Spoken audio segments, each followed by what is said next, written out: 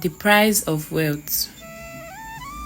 Obinna's rise to success was nothing short of miraculous. Within months of performing the ritual, his fortune seemed to change overnight. Customers flocked his shop, his business flourished, and people began to speak of him as a young man destined for greatness. His once simple clothes were replaced with fine fabrics, and the boy who had once slept on a park bench now dined in the best restaurants in the city. But amidst the applause and admiration, Obinna couldn't shake an uneasy feeling that lingered in his heart. The spiritualist's words haunted him. Wealth does not come without a price. Obinna quickly became a man of influence in the city. He expanded his business, opening multiple shops and hiring workers to manage them.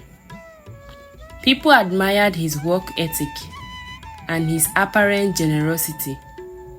He frequently sent money back to the village and supported struggling families.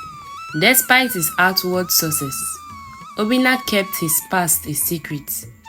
To most, he was a self-made man who worked his way up from nothing. Only Chijioke knew the truth, and even he rarely spoke of it.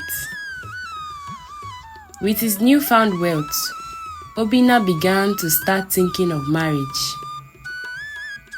He envisioned starting a family, settling into a comfortable home, and building a legacy. Many women admired him for his success, and he had no shortage of admirers. Among them was Adaora, a beautiful and intelligent young woman from a respected family. She was kind, graceful, and unlike anyone Obinna had ever met. She admired his ambition and believed in his dreams. After months of dating, Obinna proposed to Adaora and she accepted. Their wedding was a grand celebration, attended by the city's elites and celebrated with lavish feasting and music.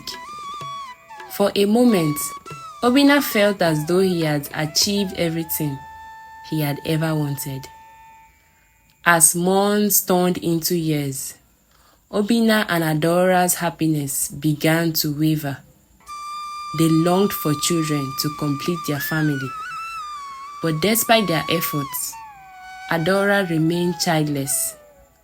At first, they brushed it off, believing that time would eventually bring them their blessing. But as years passed and no child came, whispers began to spread. People questioned why a man as prosperous as Obinna had no heir. The once loving couple began to drift apart. Adaora was devastated, blaming herself for their childlessness. Obinna, on the other hand, couldn't ignore the suspicions that this was the prize he had been warned about. One sleepless night, Obinna sat alone in his grand living room, the silence of the house pressing down on him. His wealth, his business, his luxurious lifestyle, none of it brought him comfort anymore. He remembered the spiritualist's warning. Everything has consequences. Unable to bear the weight of his guilt, Obinna decided to return to the spiritualist. He had to know if this was the price he was paying for his wealth. The spiritualist compound looked exactly as it had been those years ago. The same silence hung on the air, and the same dim lights flickered inside the hut. When Obinna entered, the spiritualist looked at him with knowing eyes. "You have returned," he said, his voice as calm as ever. Obinna fell to his knees. "Why can't I have children?" he asked, his voice breaking. "Is this my punishment? Is this the price of my wealth?" The spiritualist didn't answer immediately. He stared into the flickering flame of a nearby candle, as if searching for the right words. Finally, he said, "You were given what you asked for, wealth and success. But such gifts are never free."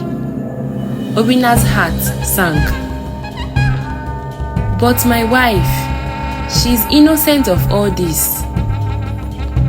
The spiritualist's gaze hardened. Innocence has no place in the world of bargains. You sought wealth without understanding the costs. Now you must live with the consequences.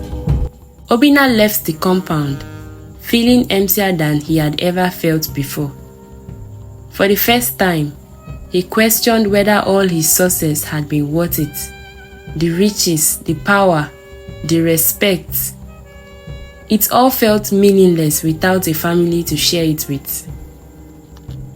When he returned home, Adaora was waiting for him. Her eyes were red from crying, and she looked at him with a mixture of love and despair. "Obinna," she said softly, "we can face this together. Whatever happens, I will stay by your side." Her words should have comforted him, but instead, they deepened his guilt. How could he tell her the truth?